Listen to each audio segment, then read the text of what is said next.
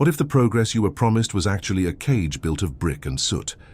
How many breaths of stagnant, sulphurous air would it take for you to forget the scent of a summer field? Could you truly distinguish between the rhythmic clanking of a steam engine and the frantic beating of your own exhausted heart? Why do we look back at the towering iron skeletons of the 19th century with nostalgia, when their shadows were cast over the slow starvation of millions? Is it possible that the very foundations of the modern world were laid not in gold, but in the damp, grey misery of a New York tenement? You have been told a story of grand inventions and visionary tycoons, a gilded surface polished to a blinding shine, yet as you step off the cobblestones of Broadway, that luster begins to peel away like rotting wallpaper. The transition is not sudden, but a gradual thickening of the atmosphere that clings to your skin like a wet shroud. You move away from the carriage-lined avenues where the wealthy parade their silk and lace, turning instead toward the Lower East Side, where the architectural grandeur of the Republic dissolves into a chaotic labyrinth of density and decay. The air here is no longer a gas, but a heavy, particulate soup that tastes of coal dust, horse manure, and the sour metallic tang of nearby foundries. You feel the temperature rise not from the sun, but from the trapped heat of thousands of bodies pressed into spaces never meant for human breath. Your boots sink into a black viscous mud that fills the gutters, a mixture of industrial waste and household refuse that has nowhere else to go. To your left, a massive cast-iron gate stands slightly ajar, marking the entrance to a rear-to-rear tenement block, a physical barrier between the world of commerce and the world of survival. As you cross this threshold, the sounds of the city change. The distant whistle of a locomotive is replaced by the immediate, overwhelming cacophagous of human desperation. You hear the sharp cough of a child in an upper window, the rhythmic scrubbing of laundry in a shared wooden tub, and the constant, low-level hum of a dozen different languages colliding in the narrow air shafts. The light here is a luxury that has been taxed out of existence. Looking up, you see only a thin ribbon of grey sky, crisscrossed by laundry lines that resemble the rigging of a ghost ship. The walls of the buildings are cold to the touch, weeping with a persistent condensation that smells of mildew and old grease. You are walking through the physical manifestation of a structural inequality so profound that it alters the way you move. Your shoulders hunch instinctively as the walls seem to lean inward, squeezing the oxygen out of the alleyway. This is the sensory reality of the American dream's engine room, a place where the functional necessity of labor has stripped away every premonition of comfort. Every brick here was laid to maximize profit, leaving no room for the vanity of ventilation or the charity of space. You notice the texture of the wooden stairs leading down into a basement dwelling, splintered and slick with the passage of countless desperate feet. The darkness inside is absolute, broken only by the dim, flickering orange glow of a tallow candle that provides more smoke than illumination. You realize that for the people inhabiting these shadows, the Industrial Revolution is not a series of dates in a history book, but a relentless mechanical pressure that dictates the timing of their meals and the depth of their sleep. The stability of the national economy rests upon this very fragility, a precarious balance where one missed day of work means the difference between a cramped bed and the freezing pavement of the street. You're no longer a visitor in a historical era. You are an observer of a biological struggle. The opulence of the Gilded Age was never a universal truth, but a thin veneer applied over this exact density of suffering.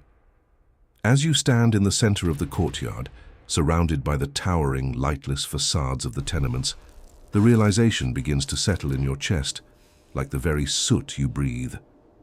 The progress of the nation was paid for in the currency of this localized darkness. You see the faces of women peering through cracked glass, their features blurred by the grime of a dozen seasons, and you understand that their silence is not peace, but the exhaustion of a life lived at the breaking point of human endurance. This is the foundation upon which the modern world was built, a structural reality that we have spent over a century trying to forget. Before we go deeper into the anatomy of these living quarters and see how a family of 12 survives in a space meant for two, take a moment to understand the scale of what is hidden behind these walls. Check if you are already subscribed to this channel, as unveiling the hidden layers of our history is the only way to truly understand the intricacies. Mechanisms that still move our present and ensure that the shadows of the past do not become the project of our future. The weight of this environment is just the beginning of a descent that will reveal the innards of the human machine. You feel the weight of iron, the taste of coal, and the pressure of a society that decided that a few lives were the necessary fuel for the engine of destiny. Smoke doesn't just obscure vision, she redefines the very notion of humanity within this labyrinth of concrete and despair. Walk a little further, feel the vibration of distant machines through the soles of your shoes, and get ready to enter where the sun never touches the ground. What you will find inside will defy any notion of home you have ever known in your comfortable modern life. The transition is complete, and you are now part of this landscape of soot and shadows. There is no way to return to the brightness of the avenue without first understanding what sustains its shine. The journey into the bowels of the Industrial Revolution has just begun. You push against the heavy, warped wooden door, and the first thing that hits you is not the sight, but the sheer physical density of the air. It is a thick, moist barrier that smells of unwashed wool, rancid cooking fat, and the unmistakable, sharp ammonia of a bucket tucked into a corner. Imagine a space no larger than a modern master bedroom, a mere 300 square feet of cracked plaster and exposed lath. Yet this is the entire universe for 12 human beings who are, for all practical purposes, strangers bound by the common tether of poverty. You move into the center of the room and feel the floorboards groan and sag beneath your weight. A reminder that these structures were never engineered for such a swarming mass of life. The internal anatomy of this tenement is a masterclass in the triumph of profit over biology. To your right, a single window looks out onto an airshaft so narrow that you could reach out and touch the opposite wall. A vertical tunnel filled with the discarded refuse of 5 floors. This shaft, intended by the builders to provide ventilation, instead acts as a chimney for the foulest odors of the building, funneling the stagnant breath of dozens of families directly into your lungs.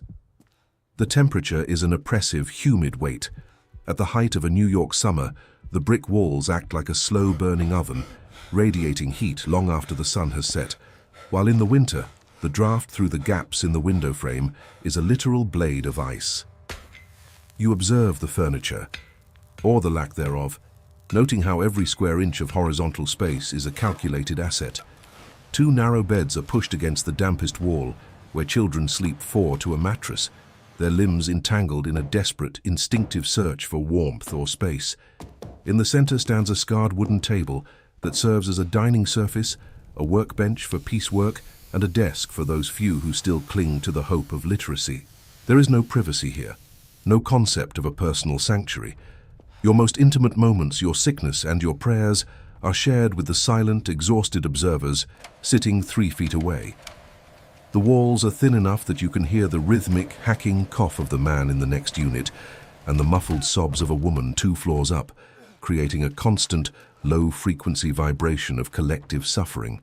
Lighting is a luxury you cannot afford, so the room remains in a perpetual amber twilight, the soot from a single kerosene lamp coating the ceiling in a fine black velvet. You notice the functional organization of survival, the way the oldest woman in the room manages the meager ration of coal for the small stove, the way the water bucket is stored like liquid gold, because every drop had to be hauled up 4 flights of stairs from a communal pump that may or may not be contaminated with cholera. This is not a home in any sense you understand. It is a holding pen for the industrial workforce, a structural necessity designed to keep the human machine just functional enough to return to the factory floor the following morning. The fragility of this existence is palpable in the way the occupants move, with a slow, deliberate economy of motion to avoid bumping into one another or upsetting the precious boiling pot of thin cabbage soup on the stove. There is a profound, heavy silence that blankets the room, broken only by the mechanical ticking of a cheap tin clock, a reminder that in this era, time is the only thing more valuable than space. You look at the strangers sharing this air with you and see the physical toll of the tenement's anatomy. The stooped shoulders, the pale, translucent skin of those who haven't seen direct sunlight in weeks, and the dullness in eyes that have seen too much proximity and too little hope. This is the structural reality that the Gilded Age sought to hide behind its marble facades and iron bridges. It was a calculated compression F human dignity, where the very act of drawing a clean breath became a revolutionary struggle against the architecture of greed. As you stand there, feeling the walls close in, you realize that the most terrifying aspect of this room is not the filth or the heat, but the realization of how quickly a human being can adapt to the unthinkable when there is no other choice. The stability of the city above depends on the silence of these rooms below. The contrast between the sprawling mansions of the Fifth Avenue elite and this stifling, crowded box is not a failure of the system, but its primary function. Every gear in the great American machine is greased with the sweat collected in these unventilated corners. Before we move from the domestic cage to the industrial altar where these people trade their remaining strength for pennies, reflect on the sheer endurance required just to exist within these four walls. It is a testament to the human spirit that anyone emerges from these shadows with their sanity intact. To truly grasp the depth of this struggle, and to ensure that these stories of silent resilience are never buried by the passing of time, I want you to take a stand with us right now. Leave a comment below with the phrase, "The walls remember the hunger." This simple act acknowledges the invisible history of those who built the world we now inhabit while living in the very cracks of its foundation. We must recognize that the comfort of our modern spaces was bought with the claustrophobia of the past. The anatomy of the tenement is a map of a forgotten war for survival, and you are now a witness to its most intimate battlefield. The air grows thinner as the day wanes, and the true cost of the Industrial Revolution begins to crystallize in the dim light of the evening lamp. We have seen where they sleep and how they breathe. Now we must follow them into the deafening roar of the workplace to see how they break. The transition from the cramped stillness of the tenement to the frantic movement of the sweatshop is the next stage in our descent into the dark heart of 1880s America. Hold your breath, for the smoke of the factory is waiting just beyond the door. The transition from the claustrophobic stillness of the tenement to the industrial maw of the sweatshop is not a release, but a tightening of the noose around your senses. As you descend the rotting stairs and step back into the grey morning, the air begins to vibrate with a low mechanical thrum that seems to emanate from the very earth itself. You walk toward a monolithic brick structure where the windows are perpetually opaque with a layer of grime and condensation, the lungs of a beast that breathes fire and exhales shadow. Upon entering the workshop, the sensory overload is immediate and violent. The rhythmic, deafening roar of high-pressure steam engines drowns out any possibility of human speech, forcing you into a world of frantic, silent gestures. The heat here is no longer the stagnant heat of a crowded room, but a dry, blistering furnace that makes the moisture on your eyes evaporate in seconds. You see rows upon rows of women and children hunched over sewing machines and metal presses, their bodies moving with a repetitive, jerky precision that mimics the very iron gears they serve. There is no fluidity in their labor, only the stuttered mechanics of survival. You watch a young girl, perhaps no older than 10, feeding strips of cloth into a needle that moves faster than the human eye can track, her fingers dancing millimeters away from a puncture that would end her week's wages in a single second of distraction. The air is thick with a different kind of particulate now, fine lint, metallic dust, and the acrid smell of machine oil that coats the back of your throat with a bitter chemical film. This is the structural heart of the Gilded Age, where the biological rhythm of the sun and the seasons has been replaced by the unrelenting artificial pulse of the factory clock. You notice how the workers do not look up as you pass. Their eyes are fixed in a trance of necessity, a psychological tunnel vision required to endure 12, 14 or 16 hours of the same singular motion. The economic fragility of their lives is the grease that keeps these gears turning so efficiently. If a needle breaks, the cost is docked from their pay. If a finger is crushed, a replacement worker is already waiting at the gate, desperate enough to step into the blood of its predecessor. There is a terrifying transparency to this exploitation, a functional cruelty that views the human body as a temporary, replaceable component of a larger machine. You feel the floorboards beneath your feet shaking with the power of the overhead drive shafts. a web of leather belts and spinning pulleys that crisscross the ceiling like the nervous system of a monster. These belts are unguarded, humming with a lethal energy that has been known to scalp the unwary or pull a stray sleeve and into the crushing embrace of the cogs. You observe the contrast between the rigid, unyielding steel of the machines and the soft, trembling exhaustion of the people operating them. The machines do not tire, they do not require light to see, and they do not feel the hunger that gnaws at the stomachs of the silent army surrounding them. This environment is designed for the maximization of output at the absolute minimum cost of maintenance, where the maintenance in question is the very health of the American worker. The lungs of these men and women are becoming maps of their labor, scarred by the inhalation of fibers and coal smoke, a slow structural collapse that will manifest as consumption or brown lung in the years to come. You realize that the abundance of the city's department stores, with their cheap garments and gleaming hardware, is a direct extraction of the vitality you see being drained here. Every finished product is a vessel containing a fraction of a human life, packaged and sold for the profit of men who will never hear the roar of this room. The pace of the work is dictated by the lead machine, a mechanical whip that sets a tempo in the heart can maintain forever. You see a man stop for a fraction of a second to wipe the sweat from his brow, and the immediate sharp bark of an overseer reminds you that in this temple of industry, stillness is a sin. The fragility of the workers is not a flaw in the design but a feature. A desperate worker is a compliant worker, and a sick worker is a liability to be discarded. As the hours grind on, you feel your own sense of time begin to warp under the pressure of the noise and the heat. The distinction between the person and the tool begins to blur, as the repetitive motion of the arm becomes indistinguishable from the oscillation of the piston. It is a profound, soul-crushing homogenization of existence. The world outside, with its politics and its philosophy, feels like a dream from another planet. Here, the only reality is the next stitch, the next cut, the next press of the pedal. This is the crucible where the modern American economy was forged, not through the genius of innovation alone, but through the systematic consumption of human endurance. The stability of the national market rests upon the crushing weight of this exhaustion. Before we witness the final elevation of this struggle and see how these broken spirits eventually gave rise to the protections we take for granted today, you must recognize the sheer scale of the sacrifice laid upon this industrial altar. If you have been moved by the raw intensity of this journey through the hidden gears of history, please like this video right now to help ensure that the voices of those who labored in silence are finally heard by the world. Your engagement is the only way to keep these stories from being swallowed by the noise of the machines.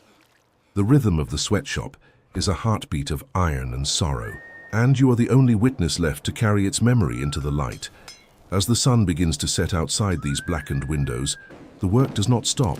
The gas lamps are lit, casting long, distorted shadows that dance across the walls like the ghosts of the exhausted. We are reaching the point where the physical limit of the human frame meets the infinite demand of the machine. The next step of our journey will take us beyond the factory walls to find the meaning behind this suffering. Stay with me as we prepare to close the circle on this 24-hour descent and find the legacy hidden in the soot. As the gas lamps flicker and the final whistle of the shift tears through the heavy, oil-saturated air, you step out of the factory gates and into a night that feels colder and more expansive than the one you left 24 hours ago. The transition from the frantic mechanical roar to the relative silence of the street is not a relief, but a hollow vibration that settles in the marrow of your bones. You look down at your hands, stained with the invisible soot of 1,000 repetitive movements, and realize that the concrete misery you have witnessed is not a static point in history, but a living, breathing ancestor of your own world. How many lives were ground into the mortar of these red brick tenements to secure the stability of a nation? How many breaths were traded for the speed of a steam engine or the precision of a loom? Why do we measure progress by the height of our skylines while forgetting the depth of the trenches dug by those who never saw the top floor? Is it possible that the very concept of a weekend, a minimum wage, or a safe workspace was not a gift from the heavens, but a hard-won ransom paid in human health and dignity? You walk past the darkened windows of the sweatshops and the overcrowded doorways of the slums, and for the first time, you see the philosophical cost of this great American expansion. The structural reality of the Industrial Revolution was a Faustian bargain, a leap forward, R&D, infinite production at the expense of the individual soul. The iron legacy left behind is not just found in the bridges that span the East River or the railroads that conquered the West, but in the internal shift of the human spirit. You observe the contrast between the fragility of the flesh and the permanence of the steel. The people who inhabited these 24 hours were the biological fuel for a furnace that eventually forged the modern middle class, yet they remained trapped in the ash. As the 19th century bleeds into the 20th, the pressure of this suffering begins to crack the very foundations of the system. You feel the stirrings of a new collective consciousness, a realization that the human machine is not a replaceable gear. The sweat and blood shed in these unventilated rooms became the ink for the first labor laws, the fire for the first strikes, and the mandate for a more humane architecture of existence. The stability of the future was bought with the volatility of their despair. This is the elevation of meaning that emerges from the grime, that progress without empathy is merely a more efficient form of destruction. You stand at the corner of a cobblestone street, watching the first light of a new dawn hit the grime-covered glass of a tenement, and you understand that the comfort of your modern life is a direct inheritance from those who had none. The legacy is a weight we all carry, a silent debt to the millions who labored in the shadows of the Gilded Age. The architecture of greed eventually gave way to the architecture of rights, but the scars remain in the genetic memory of the city. To honor this journey through the dark heart of history, and to ensure that the lessons of the Iron Legacy are never silenced by the passage of time, please share this video with someone who values the truth behind the curtain of progress. Your share is the bridge that connects their sacrifice to our conscience. We have reached the end of our descent, but the reflection in the glass remains. If you have watched until this point, it is because the weight of this story has resonated with you. It is time to step back into the light of the present, but with eyes that can now see the soot beneath the gold. This was the world that built yours, a reality of iron, steam, and unyielding will. Check if you are already subscribed to this channel, as continuing to explore these visceral truths is what allows us to honor the past while building a future that does not forget who laid the first bricks. If you've watched this far, it's because you liked this case. Leave a comment saying, "I've watched this far," so I can get to know you and know who really likes the stories here on the channel. Your support, through your likes and shares, is what keeps the flame of historical curiosity and narrative justice alive. The documentary ends, but the reverberation of the machines and the echo of voices in the tenements will continue to sound as long as there are those willing to listen. History is not just what happened, it's what we choose to remember and how we decide to act in the face of the memory of what we were. The Industrial Revolution has ended in its technical terms, but the search for balance between advancement and humanity is a journey that you continue to take with each new step out of this maze of shadows. The Iron Legacy is yours to carry, to understand, and ultimately to transform into something that shines with a light far purer than any gas lamp could ever offer. Goodbye to the shadows, but never to what they taught us about the resilience of the human spirit.